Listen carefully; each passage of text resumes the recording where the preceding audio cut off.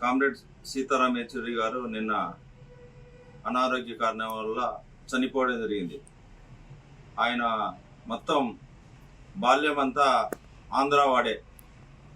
ఉద్యోగరీత్యా మద్రాసుకి వెళ్ళినా కూడా తర్వాత ఆంధ్రాలోనే కాకినాడ ప్రాంతంలో జన్మించి ఇక్కడే ఉద్యోగరీత్యా ఉన్నత విద్యగానే హైదరాబాద్లోనే చదివేవాడు. తర్వాత ఢిల్లీ యూనివర్సిటీకి వెళ్ళి అక్కడ విద్యాభ్యాసం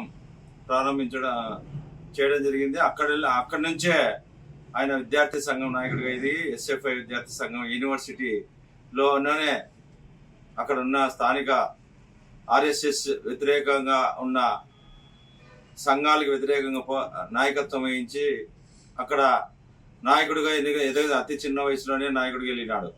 తర్వాత సిపిఎం నాయకత్వంలో మొట్టమొదటిసారిగా కేంద్ర కమిటీ సభ్యుడిగా అయ్యి తర్వాత కేంద్ర పోలిట్ బ్యూరో సభ్యుడిగా అయినాడు. దాదాపు 12 సంవత్సరాలు రాజ్యసభగా ఎన్నికయ్యి రాజ్యసభలోనే ఉన్నత పార్లమెంటేరియన్గా అవార్డు కూడా సీతారాం యేచూరి గారు తీసుకోవడం జరిగింది. అట్లాగే ఈ దేశంలో పీడిత ప్రజల కోసం ఏదైతే ఈ బూర్జా ప్రభుత్వాలకు వ్యతిరేకంగా పోరాటం నిర్వహించినలో దానిలో భాగంగా క్రియాశీలక పాత్ర వహించడం జరిగింది.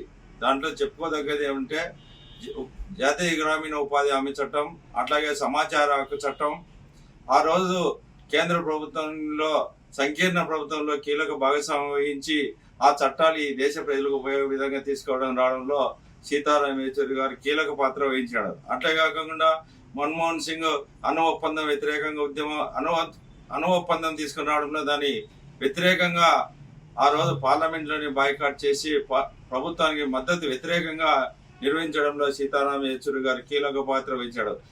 నిన్నగాక మొన్న బీజేపీ ప్రభుత్వాన్ని మళ్ళీ ఒకసారి గద్దెనెక్కకుండా ఉండడానికి కాంగ్రెస్ కూటమి, ఇండియా కూటమి ఏర్పాటు చేయడంలో సీతారాం యేచూరి గారు కీలక పాత్ర వహించడం జరిగింది.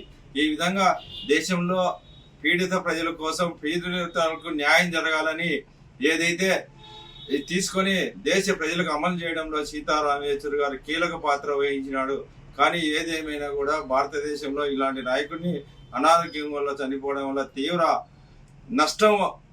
తీవ్ర ప్రభావితం చూపే పరిస్థితి వచ్చింది. ఏదేమైనా కూడా పేదల ప్రక్షాళన కోసం పనిచేసిన సీతారాం యేచూరి ఆశయ సాధన కోసం, ఆయన లక్ష్యం కోసం మేమందరం కృషి చేస్తామని ఈరోజు ఆయనకు ఆంధ్రప్రదేశ్ సాహిత్య సంఘం తాడపత్రి మండల కమిటీ తరఫున నివాళులు అర్పించడం జరిగింది.